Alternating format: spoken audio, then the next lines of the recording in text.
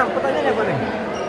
Mungkin terkait debat tadi gimana mungkin hasil akan Tadi perdebatannya dalam acara tadi kondusif, ya. Tapi setelah acara selesai ini ada sedikit keributan.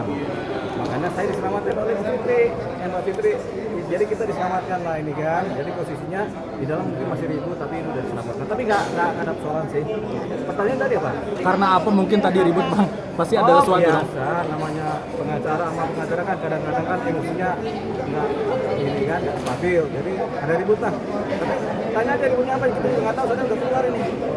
Bang, soal ke KPK ini kan banyak sorotan yang mungkin dari termasuk Bang Hotman juga mengatakan apa buktinya dan memang bisa dilaporkan pencemaran nama baik, kata Bang Hotman seperti itu, dan mungkin jaksa merekam juga di persidangan itu katanya sudah selesai, itu sah-sah aja mungkin Bang. Seperti apa mungkin dari Kapitri sama Bang Gas? Memang boleh-boleh aja merekam ya, di persidangan itu boleh aja merekam. Siapapun boleh merekam, nggak ada persoalan kecuali ditentukan lain oleh ketua majelis hakim. Kalau ketua majelis hakim menentukan tidak boleh ada rekaman karena sidang tertutup, ya itu nggak boleh. Tapi kalau dibiarkan ya nggak ada persoalan. Jadi tergantung ketua majelis yang melakukan jalannya sidang kan. Yang pertama, kalau yang mengenai laporan ke KPK itu bukti rekamannya, ya kita nggak tahu isinya apa. Jadi bukti rekamannya itu kan belum tentu juga mengenai penyuapan. Bisa jadi cuma bukti biasa atau ininya juga kita nggak bisa lihat lah ya. Yang jelas siapa yang merekam kita tidak tahu, isinya apa kita tidak tahu, kemudian apakah itu masuk rekaman siapa apa tidak tahu, terus yang ngobrol siapa juga kita tidak tahu kan. Kemudian dikasih ke KPK, itu kita tidak tahu isinya apa. Jadi ya ini masih dilakukan oleh KPK, pasti didalamin. Kalau terpenuhi unsur ditingkatkan dari penyidikan, kalau nggak terpenuhi juga pasti ditutup. Bang, dengan bukti yang belum begitu jelas itu bisa jadi bumerang sendiri nggak sih Bang buat yang melapor? Bisa jadi bumerang, bisa tidak. Kalau terbukti memang ada faktualnya, ada dugaan penyuapan dari teman itu bisa berjalan seperti. Tapi kalau tidak, ini yang dilaporkan bisa marah kan, bisa kemudian melaporkan balik. Dalam hal ini siapa? Jaksa dan hakim kan juga begitu. Jadi jaksa hakim bisa melaporkan balik ini sebagai pribadi yang diduga kan. Jadi ada potensi laporan balik kalau memang laporan yang diajukan ternyata tidak akurat.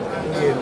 Pak Fitri mungkin sedikit ada komentar. Pak Fitri, ya. Kalau saya yakin ya, kalau Bang Deolipa kan masih ragu, kalau saya yakin itu hoax ya, yang diberikan oleh terdakwa itu bukan berita yang harus dipertimbangkan ya. Karena saya meyakini sejuta persen bahwa itu tidak terjadi praktek-praktek seperti yang disebutkan oleh terdakwa. Karena sudah sangat mengenal terdakwa, apa gimana Pak Fitri sampai yakin? Apa karena sudah sangat mengenal terdakwa, apa gimana bisa sampai yakin? Dulu saya mengenal, sekarang saya tidak mengenal dia. Saya tidak tahu jadi kenapa dia jadi seperti sekarang. Nah, ini kan ada yang mengatakan kalau lebih baik dari Bang Hotman sendiri mengatakan kalau fokus permasalahan dibandingkan adanya keributan yang mungkin itu betul. Sebetulnya kalau pendapat saya ya, yang tidak mengerti hukum nih, yang dia punya itu sekarang adalah yang dia punya itu cuman harus berkelakuan baik, bersikap sopan dan mengikuti perjalanan sidang ini dengan baik. Termasuk pendukungnya ya. Kalau pendukungnya itu memang mendukung idolanya, harusnya dikurangin kericuhan baik di dalam ruangan persidangan atau di dunia maya. Bisa jadi nggak sih Kak Fitri itu upaya dari terdakwa untuk mengaburkan hukumnya yang utama gitu? Semua bisa terjadi. Jadi begini, bisa jadi ini sebagai kurban untuk mengaburkan perkara, bisa jadi tidak benar. Namanya kita berada dalam keraguan-keraguan kan. Kalau Pak Fitri ini pasti enggak nih. Kalau saya belum tentu. Tapi kemudian kita kalau ditanya apakah ini bisa mengaburkan suasana, bisa. Kan tujuannya itu. Tapi kan hakim sama jaksa nggak akan berpengaruh dengan begitu. Hakim akan berjalan dalam tracknya, jaksa juga akan berjalan dalam tracknya. Jadi kita biasa aja. Gitu. Ini semua dinamika dalam persidangan di mana terdakwa kemudian memakai segala jurus ini segala jurus yang memungkinkan untuk mendapatkan penyelamatan dari posisi terdakwa ini yang disidang ini kan. Tapi tidak apa-apa, itu juga memang haknya terdakwa, boleh aja.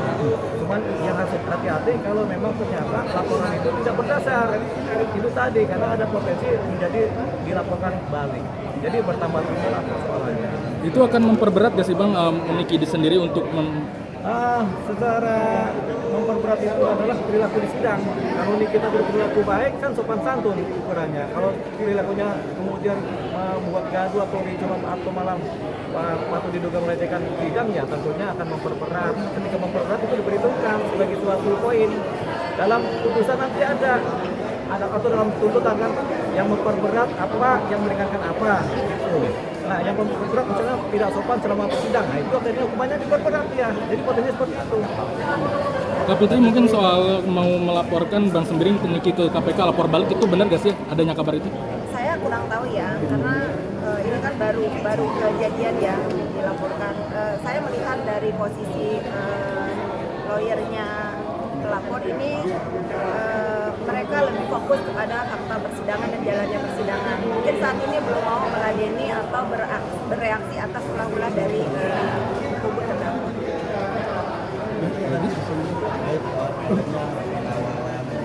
Ya, saya koreksi ya.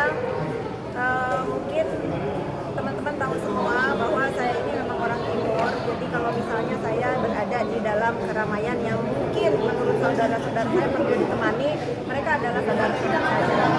Jadi itu bukan apa namanya tadi, pengawal, bodyguard atau apa, nggak ada ya. Itu biasa di orang Maluku itu.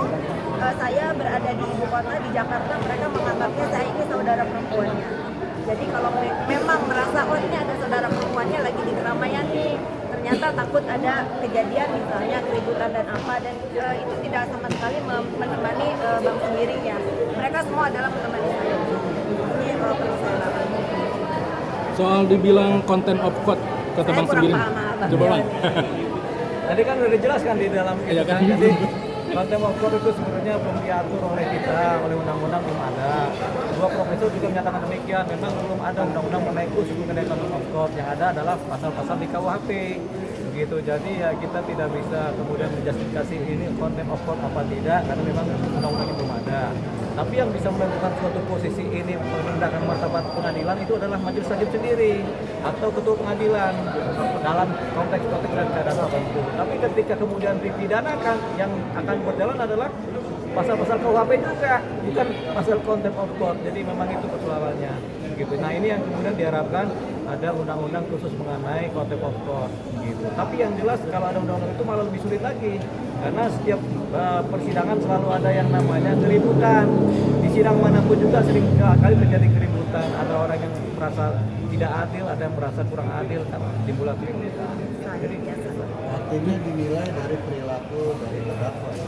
ya nggak cuma terdakwa, contempt of court itu bisa jadi pengacaranya juga melakukan tindakan pelecehan terhadap sidang, bisa jadi gitu kalau konteksnya contempt of court. Tapi kita sebenarnya belum mengenal contempt of court. Yang kita kenal adalah delik-delik biasa di KUHP gitu, di mana ada orang dihina, ada orang kemudian dirugikan, ada kegiatan-kegiatan yang merusak, ada berantem-berantemnya, itu yang disebut sebagai. Tapi sepatutnya memang kan harus bersikap sopan. Iya, sopan di persidangan tujuannya supaya apa? Supaya nanti dilihat oleh majelis hakim bahwasanya ini memang terdakwa beradab kan gitu. Pak Fitri, terakhir mungkin ada pesan apa yang disampaikan kepada Kamis mendatang?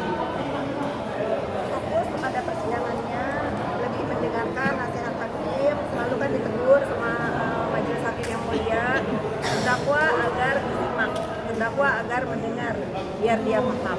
Fokus. Akan hadir lagi nggak sih Kak Fitri? Tidak Tidak, saya tidak akan hadir lagi karena saya di